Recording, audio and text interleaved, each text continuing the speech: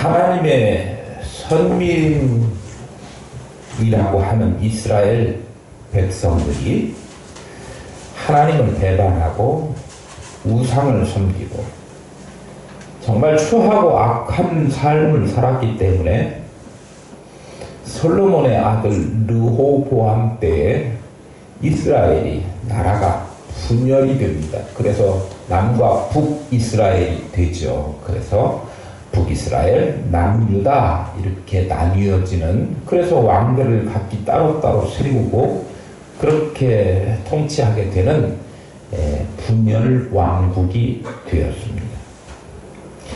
나라가 나뉘어졌다. 이게 하나님의 심판이었습니다.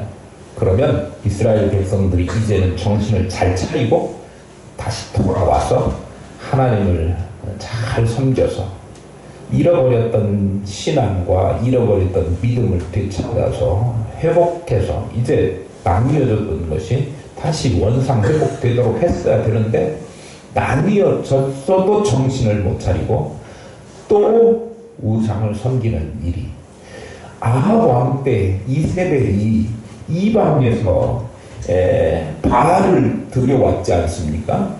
바알 종교가 판을 치고 그것이 궁궐 안에까지 들어오게 됐어요.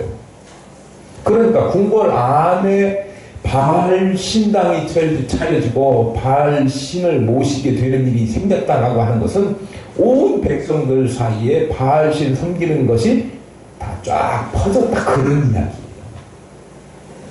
바알 종교가 궁궐까지 들어오게 되는 그런 참담한 일이 계속해서 생기게 되는 겁니다. 잘못해서 벌을 받고 징계를 받았으면 회개하고 잘못을 뉘우치고 돌아와야 되는데, 에이 모르겠다, 어차피 잘못 나간 거 계속 삐뚤어질 때야. 삐뚤어졌어요. 그러면 어떻게 되는 결과가 오느냐, 그러면 더 매를 맞고 더 벌을 받게 되는 거지요. 나뉘어졌던 나라 북이스라엘이 마침내는 기원전 주전 722년에 아스루에 의해서 포로로, 멸망해서 포로로 잡혀갑니다. 그보다 좀 나중에 된 일이긴 하지만 한 150여 년이 흐른 다음에 이스라엘의 그 영적인 정통성, 언약의 정통성을 가지고 있다라고 여겨지는 남유다도 주전 586년에 바벨론으로 포로로 끌려가게 됩니다. 그럼에도 불구하고 하나님은 이들이 죄악 중에도 돌아오기를 원하시고 회복시켜 주시기를 간절히 원하셨습니다. 시간이 흘러 하나님이 이쯤이면 이제 깨달았을 때지 이스라엘 백성들을 돌아오게 하십니다. 그게 포로 귀환입니다.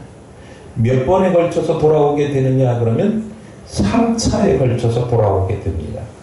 첫 번째는 언제냐 그러면 1차 포로 귀환은 우리 에스더서 공부할 때 읽었지만 페르시아의 건설자였죠. 고레스 왕이 칙령을 내려가지고 이스라엘 백성 돌아가도 좋다, 그렇게 칙령을 내립니다. 그래서 그때부터 1년이 지난 다음에 주전 537년에 그들이 돌아오게 됩니다. 그때 중심 인물이 누구냐면 스룹바벨이에요.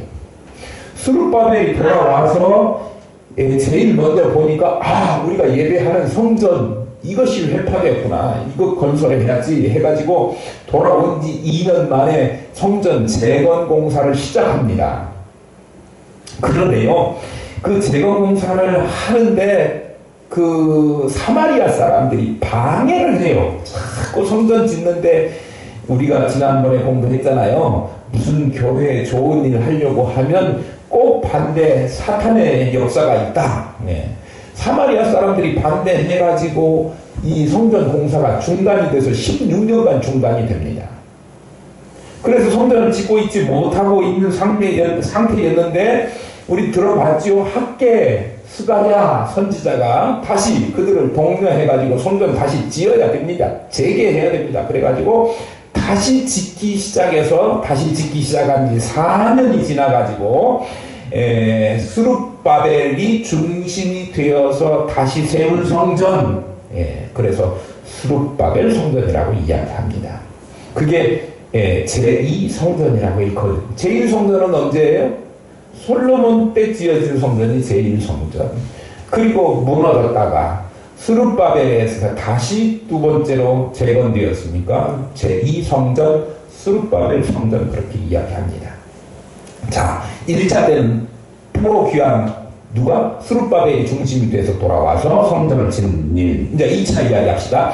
2차 때 그때부터 1차 때 돌아올 때부터 약 80년이 지난 그때에 학사 겸 제사장이었던 에스라, 기억하시죠? 에스라가 주도가 되어가지고 돌아왔는데, 이 에스라는 성전의 잘못된 것들, 이스라엘 백성들이 영적으로 잘못된 것들을 개혁하는데 주도적으로 영적인 개혁, 다시 말하면 우리 종교개혁주의, 마틴 루터가 반박문 495개 조항 비텐베르그 성당 앞에다 붙여가지고 이런 거 잘못했다, 고쳐야겠다 한 것처럼, 그 당시에 이스라엘 백성들이 하나님 섬기는데 잘못된 것들을 조목조목 말하면서 깨닫게 하고 돌아와야 된다, 종교개혁운동을 전개했던 사람이 에스라 선지자 겸 제사장입니다. 그가 돌아와서 한 일이 뭐였냐, 가장 중요한 문제가 뭐냐면 이스라엘 백성들이 다른 이방 민족과 통혼하는 문제였습니다. 통혼한다. 이방 민족하고 안 믿는 사람하고 결혼하면 안 되는데, 안 믿는 사람하고 이방 민족하고 결혼하는 것이 그냥 도표가 되어버렸어요. 아무렇지도 않게 생각하는 그런 사회가 되어버렸어요. 영적으로 무감각해지고, 왜 통혼 문제가 심각한 문제냐 그러면, 하나님의 순수 신앙이 오염된다라고 하는 영적인 의미를 갖는 이야기가 우리 인간의 삶이 뭐예요? 통혼 문제이기 때문에 그래요. 그래서 그렇게 하면 신앙적으로도 매우 심각한 타락의 상태였다라고 하는 것을 알 수가 있죠. 끌려가서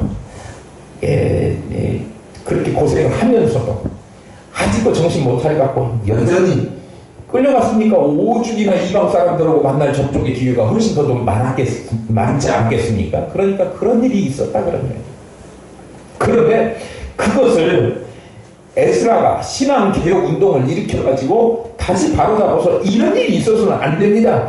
기존에 한 사람들은 어쩔 수 없으니까 이렇게 해야 됩니다. 라고 종교개혁, 신앙개혁을 백성들에게 선포하고 그렇게 해 나가게 된 거지요. 그러니까 성전을 세웠고, 에스라는 무너진 우리 자신의 성전, 신앙, 이것을 세우는 일을 또 했지요. 무너졌는데 다시 세웠어요. 무너졌는데 2차 때도 다시 세운 거예요. 세 번째로 돌아왔는데 2차 교환이 이루어졌었던 때로부터 약 14년이 지나서 주전 444년에, 외우기 쉬우라고 주전 444년이에요. 그때 3차로 교환이 이루어지게 되는데, 그때는 누구에 의해서 주도되었느냐 그러면 느헤미야에 의해서 느헤미야는요, 당시 페르시아의 왕국의 제5대 왕인 아닥사스다 왕의 술 맡은 관원이었습니다. 술 맡은 관원 하면 떠오르는 사람 있죠? 제가 이 모양 이렇게 했다고 여러분들 요만 하면 어떻게 해요? 새까지 해주셔야지. 요셉이죠. 요셉이 보통 사람입니까? 최측근 임무를 맡은 사람이 술 맡은 관원이에요. 우리가 술 맡았다 그러니까 무슨 왕궁에서 요리 좀 하는 셰프 이렇게 생각하지만, 그보다 훨씬 더 중요한 최측근 인물이 누구냐 그러면 술 맡은 관원이요. 그러니까 페르시아의 제5대 왕 아닥사스다 왕의 술 맡은 관원이었으니까, 자, 바로 페르시아 바벨론으로 끌려갔어요. 근데 끌려간 나라에서 뭐가 지겠어요? 술 맡은 관원, 높은 관원의 위치까지 했으니까 지위도 꽤 많이 올라가고 왕하고 상대하는 사람이잖아요. 그리고 왕하고 상대하는 지위가 높은 사람이면 경제적으로도 어떻게 먹고 살만해요. 그리고 거기에 끌려가서 오랜 세월이 됐고 왕의 아닥사스다 왕의 궁궐에 술 맡은 왕으로서의 이렇게 삶을 살아온 지가 꽤 많은 시간, 한 20여 년 이렇게 됐기 때문에 이제는 더 이상 거기에서 돌아오지 않아도 되는 거죠. 그럴 마음도 별로 없었을지도 몰라요. 미국에 옛날에 아메리칸 드림 해가지고 사람들 막 이민 가잖아요. 이민 가는데 처음에 이민 가서 우리 자식들 공부 잘해가지고 이 사는 기반 좀 마련해주고 있다고 그냥 세탁소 가서 일하고 음식점 가서 설거지하고 아주 그냥 험한 일을 다 했던 1세대들은 빨리 얘네들 자리 잡게 하고 나는 돌아가야지 그런 마음이 있었어요. 나는 고국에 가서 죽을 거야. 죽을 때는 고국 땅에 묻혀야지 그랬는데 후손들은요 2세, 3세, 4세 이렇게 되니까 완전 미국 사람 된 거예요. 우리 핏줄만 한국 사람이고 그리고 말만 간혹 할아버지, 할머니, 어머니로부터 한국말 들어가지고 몇 마디 아는 정도지 걔네들은 이미 사고방식, 미국식 사고방식을 가지고 있는 거죠. 그게 좋은 거예요. 그런데 이 느헤미야도 거기 가서 이제 충분히 자리 잡았고 높은 지위를 차지하고 있었고 그러니까 다시 돌아와야 될 이유가 전혀 없는데 이스라엘 예루살렘으로부터 어떤 소리가 들리냐면 동생 하나니라고 하는 동생이 있는데 그 하나니가 고국에 예루살렘 성전은 솔로몬 때 지은 성전보다는 못하지만 그래도 다시 재건이 됐고 그리고 영적으로도 개혁운동을 해가지고 이제 이방인과 혼인하는 것이 좀 잘못됐다. 그거 처리하는 문제를 잘 지금 진행해 와 있고 그런데 아직도 하지 못한 무너져버린 것들이 있더라고요. 그게 뭐냐 그러면 성벽이 무너져 있는데 그걸 그냥 그대로 놓고 거기 출입하면서 예배하는 일이 지속되다 보니까 그게 마음이 아픈 거예요. 우리 집 지어놨는데 요새 아파트가 막 무너져가고 난리인데요. 문짝이 하나 부서졌다 이렇게 생각해 보십시다. 그러면 그거 당장에 고쳐야 되지 않겠습니까? 근데 고쳐야 되는데 무너졌는데 성문이 무너졌는데 성전이 무너졌는데도 불구하고 이스라엘 백성들이 그거 가만히 놔두고 보고만 있고 그냥 아이고 저거 언젠가 고쳐야지 그런만 있었다 그런 얘기예요. 그러니까 하나님가 바라보면서 이거 빨리 고쳐야 되는데 라고 하는 그런 예루살렘 성벽이 회파되었다고 하는 소리를 전해 들으니까 이 느헤미야가 이제 자기는 안정되고 먹고 살 만큼 떡떡거리면서 살 만큼 그렇게 됐지만 고국 이스라엘에 대한 그런 마음이 있어서 가슴 아픈 거예요. 그래서 내가 돌아가서 그 일을 해야 되겠다라고 하는 그런 마음이 자기에게 사명처럼 주어진 거예요. 그래서 예루살렘으로 돌아가야 되겠다. 그래서 하나님께 기도하고 하나님께 호소하고 그리고 자기가 술 맡은 관원으로 섬기는 그 왕 아닥사스다 왕에게 나 고국에 가서 성벽 무너진 거 다시 고쳐야 되니까 보내주세요 이렇게 이야기를 하는 거예요. 그러니까 웬만하면 그래 네 마음이 네가 여기 남아있어서 내 술시 좀 하면 좋겠는데 네가 의중이 그렇다면 너 갔다 와 허락을 받습니다. 그래서 예루살렘 성벽 재건을 허락받아서 돌아와서 역시 성벽 재건하는데 주변에서 대적들이 막 방해하는 일이 있어요. 그러나 그럼에도 불구하고 그가 주도해서 성벽을 다시 재건하는 일을 52일 만에 일을 잘 마쳤던 그런 역사를 느헤미야가 한 거예요. 3차 때 일어난 일, 3차 귀환 때 일어난 거예요. 어쨌든 1차, 2차, 3차 때 보면 돌아와서 한 일이 뭐냐 그러면 세우고 또 세우고 여호와 하나님 앞에 돌아오면 해야 될 일이 뭐냐 그러면 세우는 일, 무너졌던 것을 다시 세우는 일. 우리가 지금 한 해를 보내고 새로운 해를 맞았습니다. 새로운 해가 우리에게 돌아왔습니다. 그러면 우리가 해야 될 일은 뭐냐? 그러면 다시 새로운 일을 해야 되는 거죠. 오늘 우리가 둘째, 셋째 주 이제 맞이했는데 우리가 성벽을 다시 무너진 성벽을 다시 세우는 것처럼 하나님께서 우리에게 믿음 주시고 또 우리를 자녀 삼으시고 살도록 하셨는데 살아오다 보니 무너지고 회파됐는데 아직도 우리가 그냥 방치하고 놔버린 것들 그런 거 다시 세워야 된다 그런 말씀이에요. 그런데 그 중에 제일 첫 번째로 해야 될 것이 뭐냐?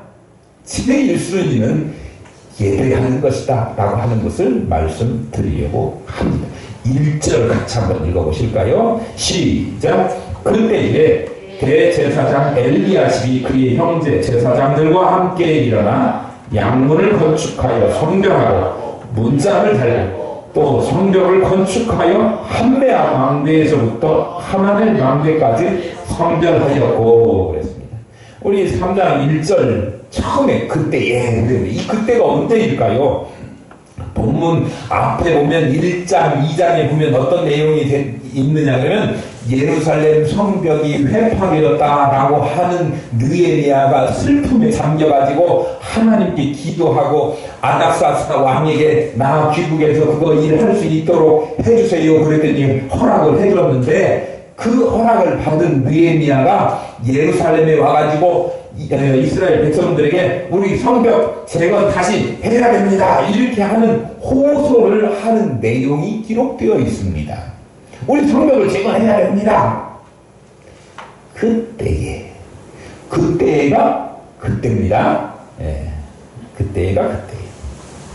그때 제일 먼저 한 일이 오늘 1장에서 3장에 처음부터 기록이 되어 있는데 3장 전체를 다 읽으면 어느 사람들이 무슨 일을 맡았고 어느 사람들이 무슨 일을 했고 이런 일들이 쭉 기록되어 있는데 끝까지 다 읽으면 손이 떨릴 것 같아요. 그래서 제가 5절까지만 읽었어요. 목사님이 요새 2022년 들어오더니 계속 사람 족보 이야기만 나오는 것 같고 이야기 하셔가지고 정말 교회 가면 이거 성경 읽다가 진이 빠져 죽겠다 뭐 그러시는 분들이 계실까봐 5절까지만 해가지고 중간에 그냥 읽다 마는 것 같기는 하지만 그래도 그냥 거기까지만 읽어야지 더 읽으면 손이 떨킬까봐. 어쨌든 제일 먼저 한 일은 뭐냐 그러면 대제사장 엘리야십이 그의 형제 제사장들과 함께 양문을 건축한 일입니다.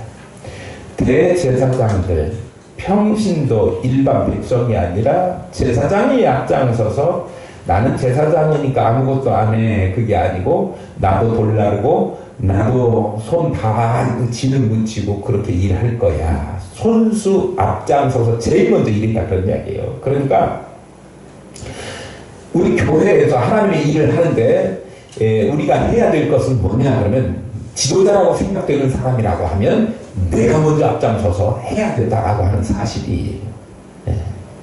그런데요 뭐 했느냐 그러면 양문을 건축하는 일을 가장 먼저 했다라고 하는 이야기입니다.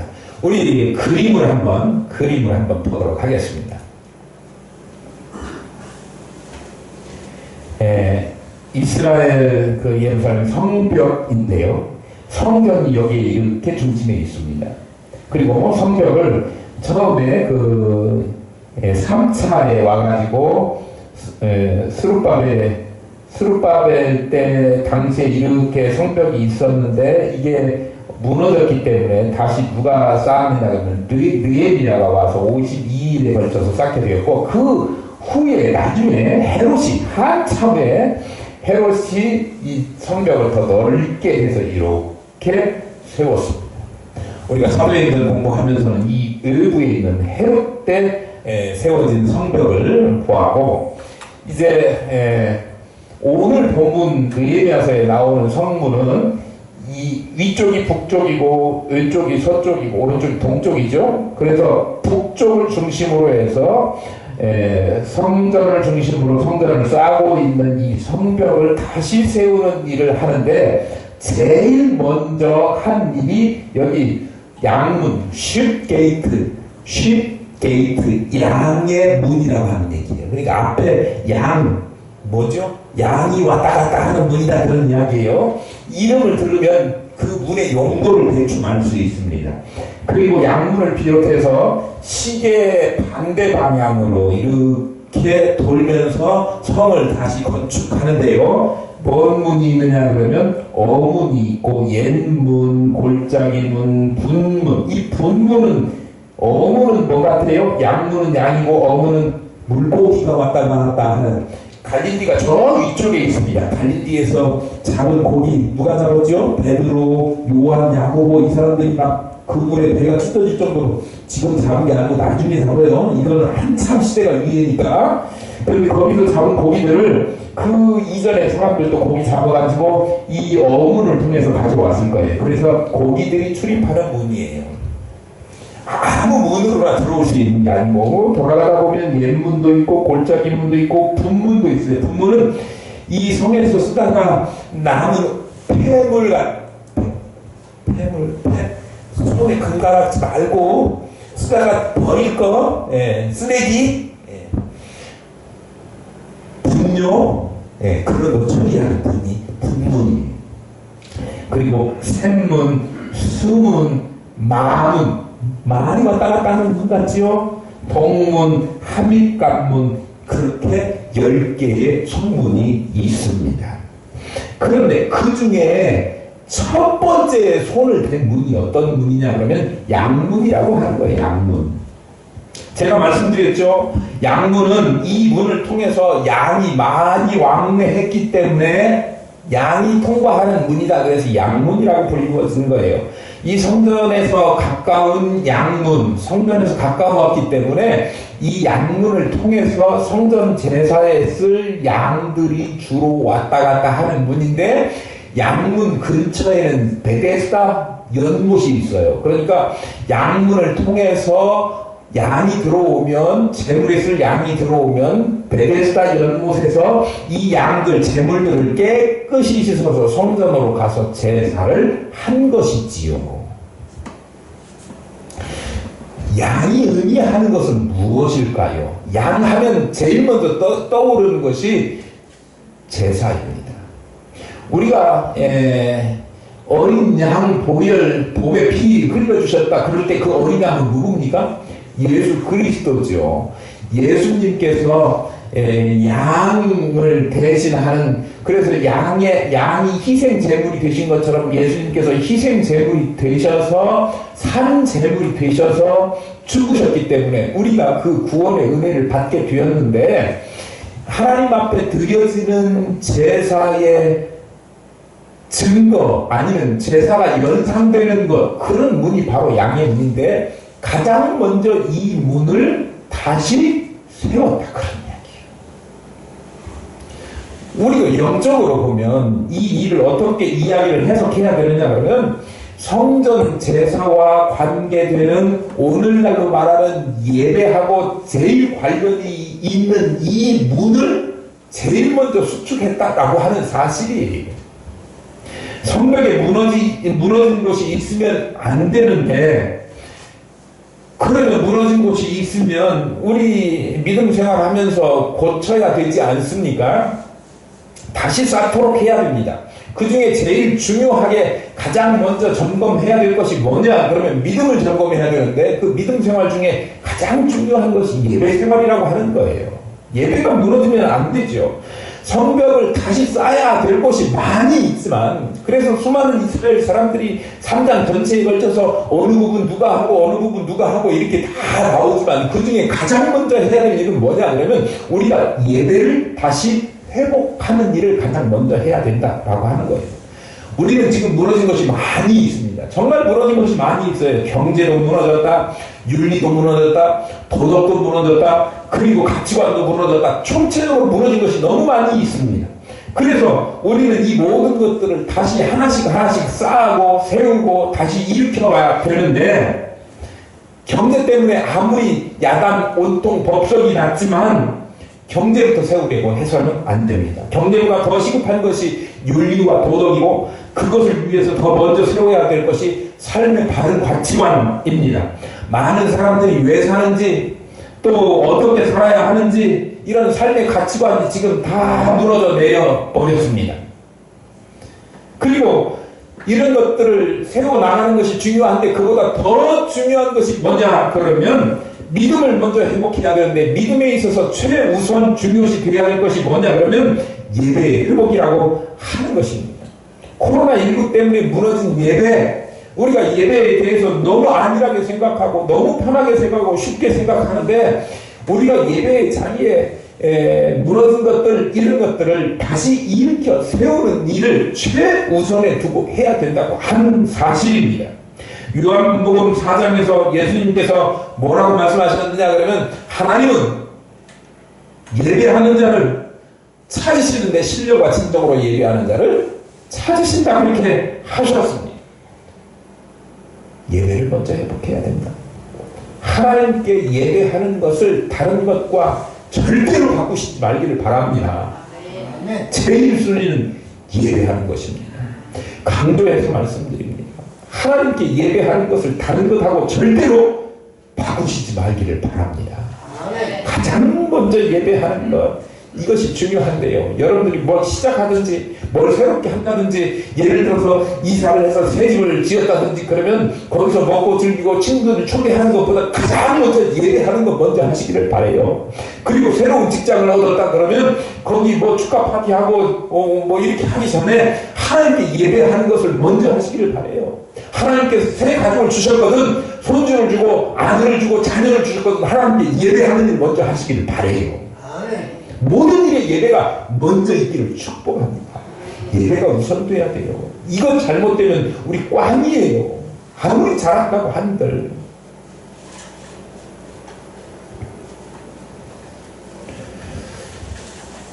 정말 분명히 머릿속에 염두에 두시고 믿음 생활, 예배가 무너졌으면 다시 세우시는 일을 제일 먼저 하실 수 있는 저와 여러분 될 수 있기를 축복합니다. 3절 한번 보겠습니다. 시작. 어문은 하스나의 자손들이 건축하여 그 들보를 얹고 문짝을 달고 자물쇠와 빗장을 갖추었고. 자, 하스나의 자손들이 어문을 건축하여 들보를 얹었다. 그리고 들보. 그리고 문짝을 달았습니다. 거기다가 자물쇠와 빗장, 오늘날로 말하면 열쇠 같은 거 했다 그런 이야기예요. 아까 양문했는데 지금 어문을 하스나의 자손들이 하는 거죠. 순서대로 next to him, next to them, 하스나의 자손들이 뭐 하면 그 옆에 성문은 바로 이어서 그 다음 사람이, 그리고 그들 다음에 next to them, 그들 다음에 또 누가 이렇게 하는 본문이 쭉 나와요. 어문은요, 예루살렘 위쪽에 있는 갈릴리에서 잡은 그 생선들, 고기들을 이 문으로 들여왔다 제가 말씀드렸습니다. 이 문을 건축하면서 이 문을 통해서 들어올 수도 있고 나갈 수도 있고 들어오게 할 수도 있고 들어오지 못하게 막을 수도 있게 완전한 통제 기능을 갖추도록 문 달고 거기서 끝 아니고 열쇠 달고 자물쇠 걸쇠 다 만들었다 그런 이야기, 거기까지 했다 그런 이야기입니다. 잠금 장치까지 제대로 끝까지 다 했다. 만약에 이런 것이 없었다면 문은 문이 아니고 문은 그냥 멋입니다. 아셨죠? 예. 그러니까 문만 달았으면 무슨 소용이 있어요? 밀고 들어오면 되잖아요. 근데 문이 제 기능을 하려면 문은 뭐예요? 들어오게도 할 수 있고 나가게도 할 수 있고 못 들어오게도 할 수 있고 못 나가게도 할 수 있고 이래야 되는 것 아닙니까? 성도가요, 무슨 일을 하든지 모양만 갖추려고 하고 그 내용이 제대로 되지 않는다고 하면 안 된다. 모양도 갖추었으면 뭐 또 해야 된다? 그 기능도 완벽하게 할 수 있도록 해야 된다. 성도라고 부름받아서 교회에 직분을 받았으면 거기에 맞는 내용이 있어야 된다. 모양은 갖추어졌는데 내용이 없거나 빈약하다면 그것 아직 된 거 아니지요. 경건의 모양은 있는데 경건의 능력이 없다면 아무 소용 없는 거지요. 무슨 일을 하든지 모양만 갖추려고 하고 내용이 없다. 안 되는 거예요. 내용이 중요하다 그런 말씀입니다. 신앙생활이든 다른 일이든 모양은 갖추어졌는데 내용이 없으면 안 될 것입니다. 진짜 내면, 실제가 중요하다고요. 저도 가끔은 유튜브로 이렇게 봅니다. 거기에 보면 저는 화장을 하지는 않지만 화장하는 여자들이 나오는데요. 처음에 쌩얼이라고 하죠. 아무것도 안 하고 세수만 하고 온 얼굴, 맨 얼굴. 그걸 보면 막 완전 주근깨, 흉터 이런 거 있어서 엄청 안 예뻐요. 그런데 거기 보면 이제 막 그 빠르게 지나가기로 해갖고 막 이거 하는 거 나와요. 눈대 막 이렇게 하는 거 나와. 뭐 기초 화장도 하고 색조 화장하면서 막 이렇게 하는데 원래 생긴 코보다도 이렇게 화장을 잘하면 막 길쭉하게 오똑하게 보이게도 만들더라고요. 참 제주는 참 신기해요. 화장술이라고 하는 게. 나중에 한참 보고 있으면 이게 점점 바뀌더니 어느 순간에 중깨도 없고 깨도 없고 흉터도 없고 아무것도 없고 윤곽이 또렷한 이목구비 그래가지고 막 스튜어디스 복장을 딱 입고 나면 완전 딴 사람인데 저는요 화장 안 하고 하도 특히 여자분들 얼굴을 잘 구별을 못해요. 예. 텔레비전에 어떤 연예인 나왔는데 그 연예인 보고 아 이쁘다 그랬는데 그 다음번에 그 연예인 똑같이 나와도 이 여자가 그 여자인가 구별 못할 때가 많아요. 그런데 이렇게 화장까지 완전하게 변장을 이 화장이 아니고 변장을 하고 나오면 저는 알지를 못합니다. 그런데 문제는요 이 여자가요 그 화장 잘 해놓고 나중에 끝에 동영상을 그렇게 만드는지 모르겠어요. 끝에 여러분들 한번 찾아보세요. 예. 끝에 이 예쁜 여자 입에서 18 그런 욕을 하면서 동영상이 끝나요. 예. 얼굴은 이쁜데요. 아무리 얼굴로 이쁘게 치장을 하고 화장을 하고 그랬는데도 불구하고 속의 내용으로는요 18이 나온단 말이에요.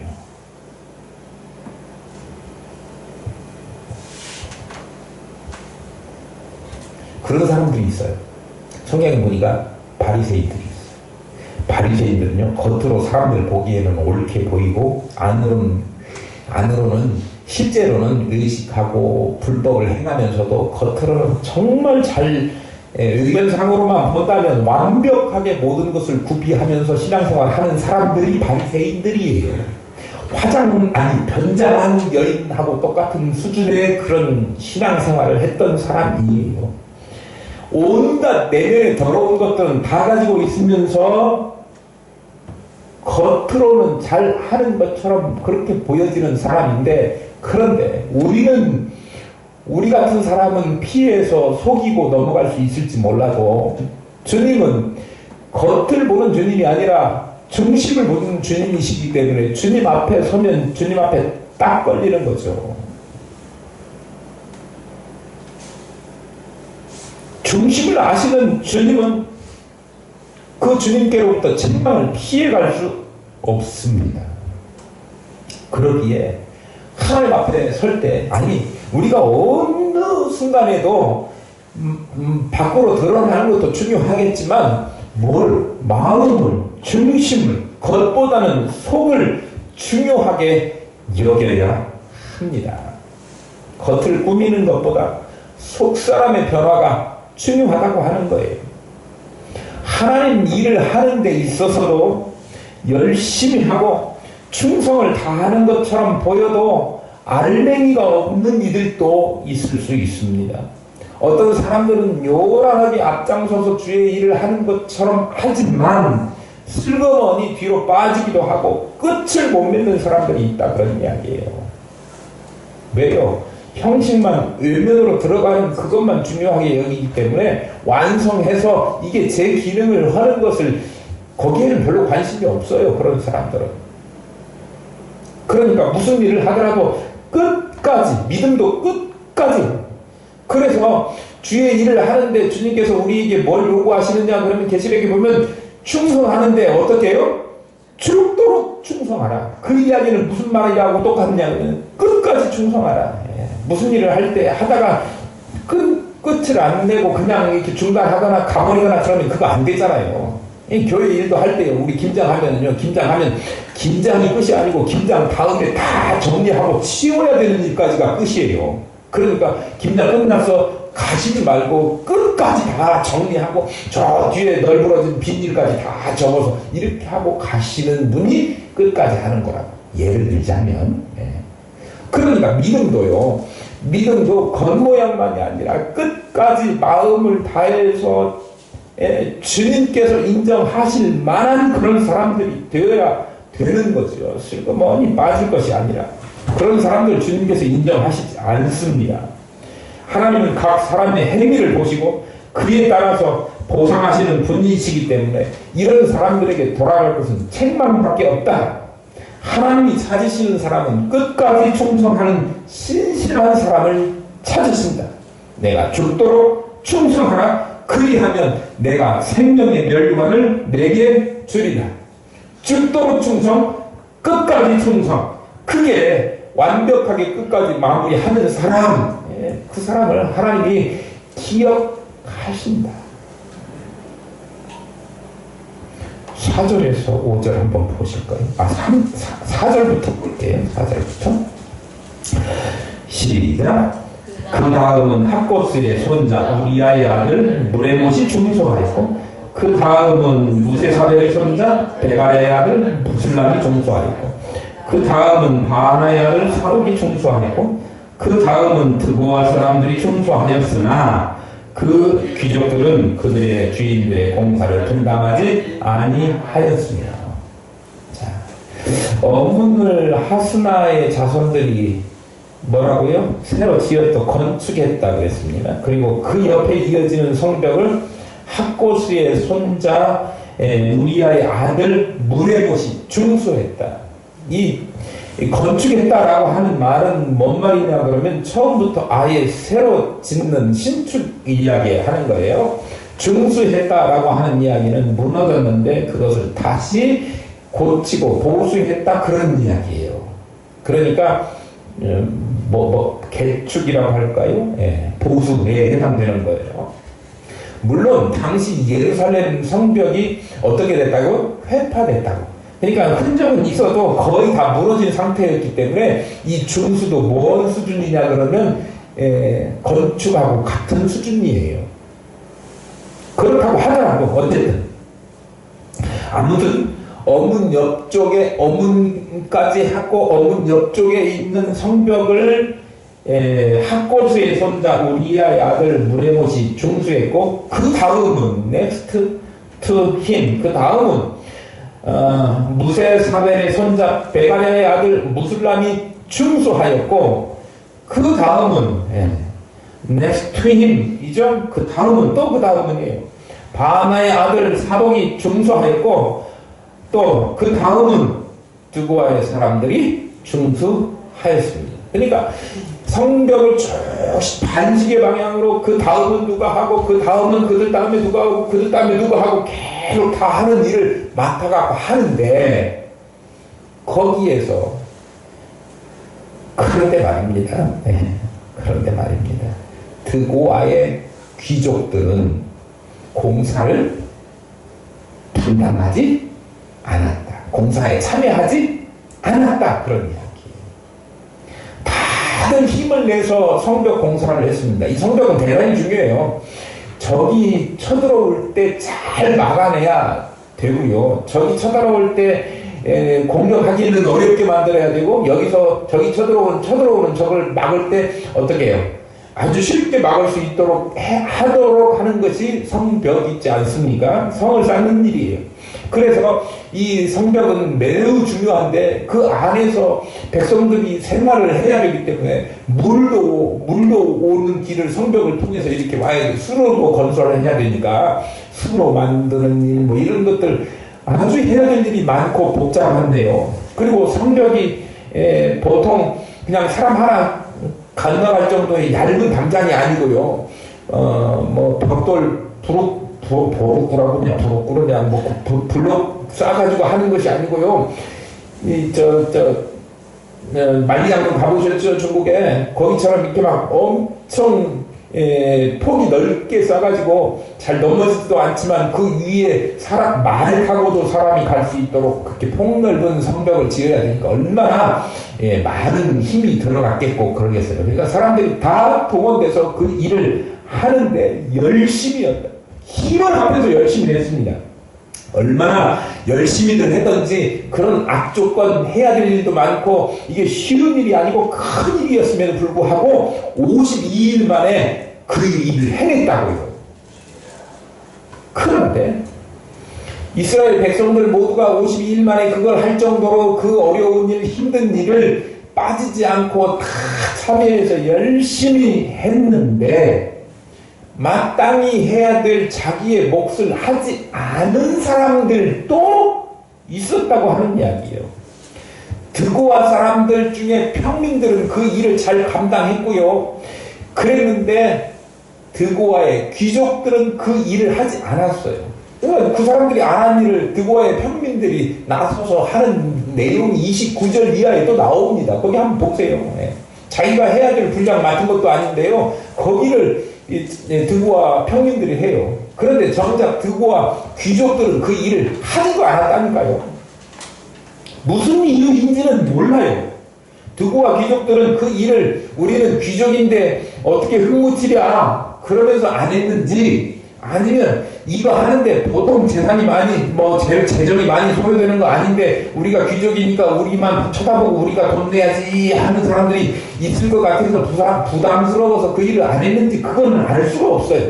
아니면 귀족인 우리한테 왜 일을 시켜 하면서 불만이 쌓여서 그 일을 안 했는지도 몰라요. 이유는 몰라요. 어쨌든 마땅히 해야 될 하나님의 일을 그들은 하지 않았다고 하는 거예요. 그런데요, 하나님의 일을 하지 않은 하나님의 일에 충성되지 않았다라고 하는 사실이 그냥 그 당시에만 살짝 있다가 지나가는 잊혀지는 이야기가 됐으면 얼마나 좋았겠습니까? 그런데요, 성벽 재건 언제 됐다고 그랬죠? 3차 귀환 회복. 3차 귀환 언제? 주전 444년. 제가 기록이 좋으라고 얘기했죠? 지금 몇 년이에요? 2022년. 그럼 몇 년 지났어요?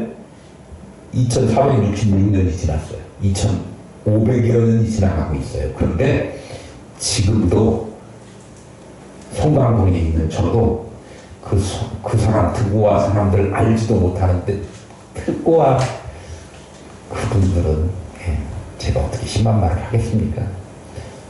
일을 안 했어. 하나님의 일에 빠졌어. 마땅히 해야 되는데 세계관수를 못한 사람들이야 라고 하는 불명예를 계속 안고, 내가 여기 교회 은퇴하고 다른 목사님이 오셔서 설교해서 이 복을 가지고 하면 드고아 그놈 시기들은 또 하나님 일을 하는데 참여하지 않고 불충하고 정말 못된 놈들이다가 하는 이야기를 다른 사람 다 열심히 하는데 자기는 빠졌어 라고 하는 이야기를 또 듣게 될 거예요. 2대 목사님이 지나가고 3대 목사님이 와도 그 이야기 또 할 겁니다. 얼마나 불명예스러운 일이에요. 우리 지난번에 공동회 하기 전에 행정위원회 모여가지고 2022년 새롭게 우리 교회 할 직원 임명이나 이런 것들을 서로 상의하고 나누었습니다. 그런데 그때 제가 유료원들에게 나누어드린 것 중에 하나가 뭐냐 그러면, 여태까지 우리 교회가 역사가 길지는 않지만 역대 선교회 회장님 명단 다 적어서 남선교회, 여선교회, 어떤 분이 1대 회장, 2대 회장은 누가, 2대 총무는 누가 해가지고 그것이 다 대각 제가 업데이트 해가지고 올해 회장단까지 해서 나누어 드렸습니다. 제가 노회에서 역사 편찬위원회 일을 하고 있습니다. 역사를 소중하게 여기고요. 우리 교회도 이런 것 하나도 1년 대충 여러분들 그냥 내가 이거 올해 그냥 대충 맡아서 넘겨야지 그렇게 생각하실지 모르지만 여러분 후대에 계속해서 남겨둘 건데요. 이때 여성교회 회당은 일 안 했어. 이때 남성교회 회당은 가만히 있었어. 이렇게만 기억에 남는다고 하면 두고하고 별반 다르지 않아요.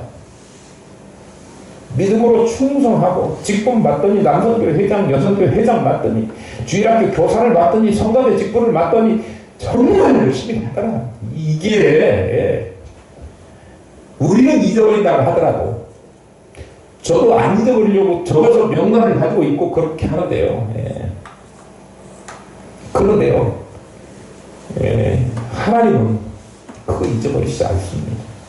저 시상 여러분 연말에 시상하잖아요. 그거 그냥 주지 않습니다. 시상 회장에다가 꼼꼼하게 다 무슨 이유 때문에 며칠 날 언제 몇 번째로 상 줬다 그거 다 적어놓고 있습니다. 성경 많이 읽어서 주님의 말씀대로 믿음대로 살려고 노력하고 믿고 기도했더니 그 믿음대로 이루어지는 결과들이 여러분 생애에서 나타났다라고 하는 것이 우리 교회의 역대의 역사에 기록되어지고 남겨진다고 하면 얼마나 영광스럽겠습니까만 그 사람 때는 그렇게 하지 못했어. 성경 읽기 운동을 그렇게 9차에 걸쳐서 하고 있는데 한 번도 안 읽었네. 이렇게 역사에 나온다고 하면 얼마나 어려운 일이 되겠어요. 반성들 하시나요?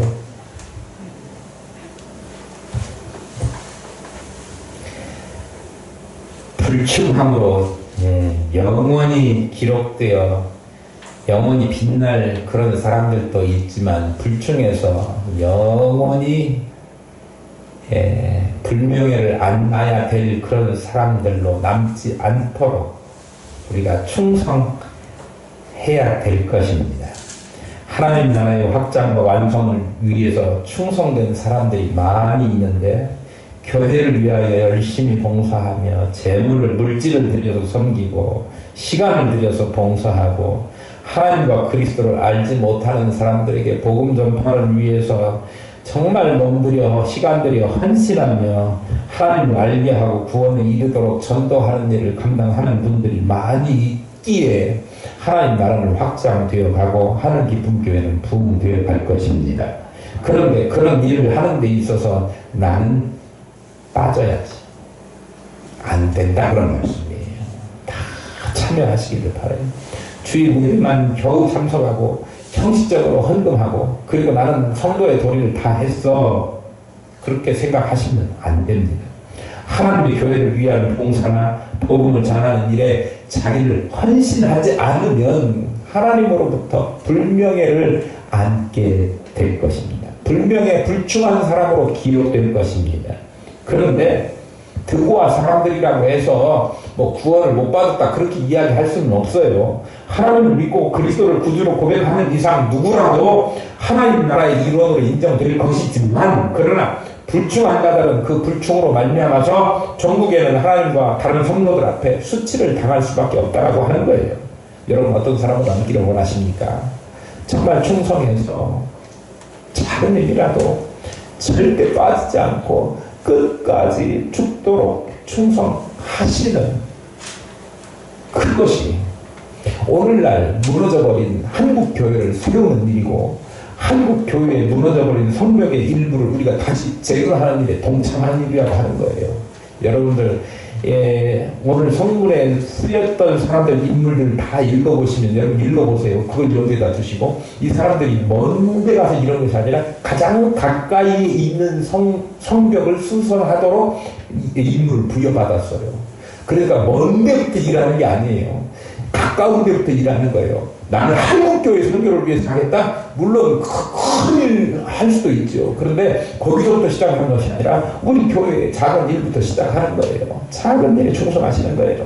주님께서도 제자들에게 또 성도들에게 우리에게 뭐 사명 맡기시면서 어디 땅 끝까지부터 전도하라 그런 게 아니라 예루살렘부터 가장 가까운 데부터 전도하라 그렇게 이야기하셨잖아요. 그러니까 나로부터 가장 가까운데 거기에 맡겨진 일 충성하시고 우리의 역할들을 더 크게 확장해 나가셔서 주님께서 인정하시고 복을 주시는 그런 은혜가 있기를 바라는데요. 그것이 하나님께서 허락하신 새 땅에 들어가서 영원한 상급과 그리고 하나님으로부터 칭찬받고 잘했다 칭찬받는 그런 주의 일꾼들 될 수 있을 줄 믿습니다. 우리 그렇게 힘써서 함께 맡겨진 일을 잘 감당하시는 저가 여러분 될 수 있기를 축복합니다. 우리